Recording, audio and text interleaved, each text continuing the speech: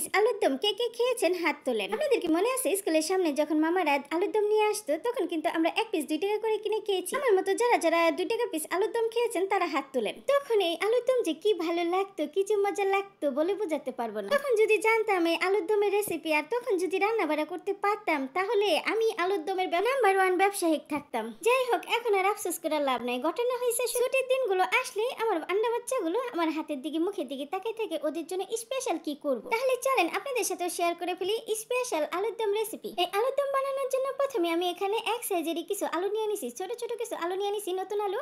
এই আলুগুলোকে সুন্দর করে আমি প্রথমে সিদ্ধ করে নেব, ভালো করে ধুয়ে সিদ্ধ করে নিতে হবে।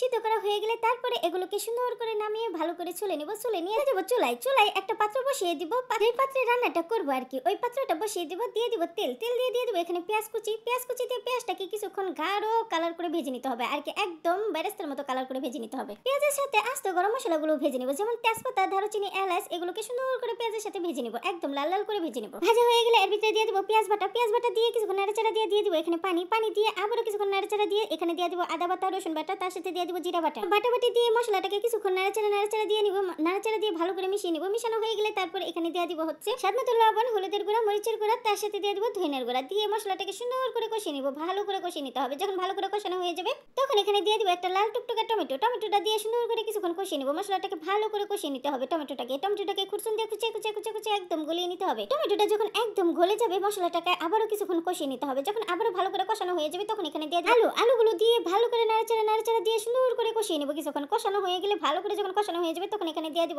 পানিটা দিয়ে আবারও কিছুক্ষণ সুন্দর করে নাড়াচাড়া দিয়ে ঢাকনা দিয়ে ঢেকে অপেক্ষা করব যতক্ষণ না পর্যন্ত সুন্দর একটা বলক চলে আসছে। সুন্দর যখন বলক চলে আসবে, যখন রান্নাটা অর্ধেক হয়ে যাবে তখন ঢাকনাটা উঠিয়ে একটু নাড়াচাড়া দিয়ে দিব এখানে 2টা কাঁচামরিচটা দিব সুগার রান্নার জন্য। আমি এখানে পর্যাপ্ত পরিমাণে ঝালটা দিয়েছি যতটুকু প্রয়োজন। কাঁচামরিচটা দিয়ে আবারও কিছুক্ষণ রান্না করব। রান্না করার পরে তারপরে এখানে দিয়ে দিব হচ্ছে অল্প পরিমাণে পেঁয়াজের বেরেস্তা, তার সাথে দিয়ে দিব ধনেপাতা।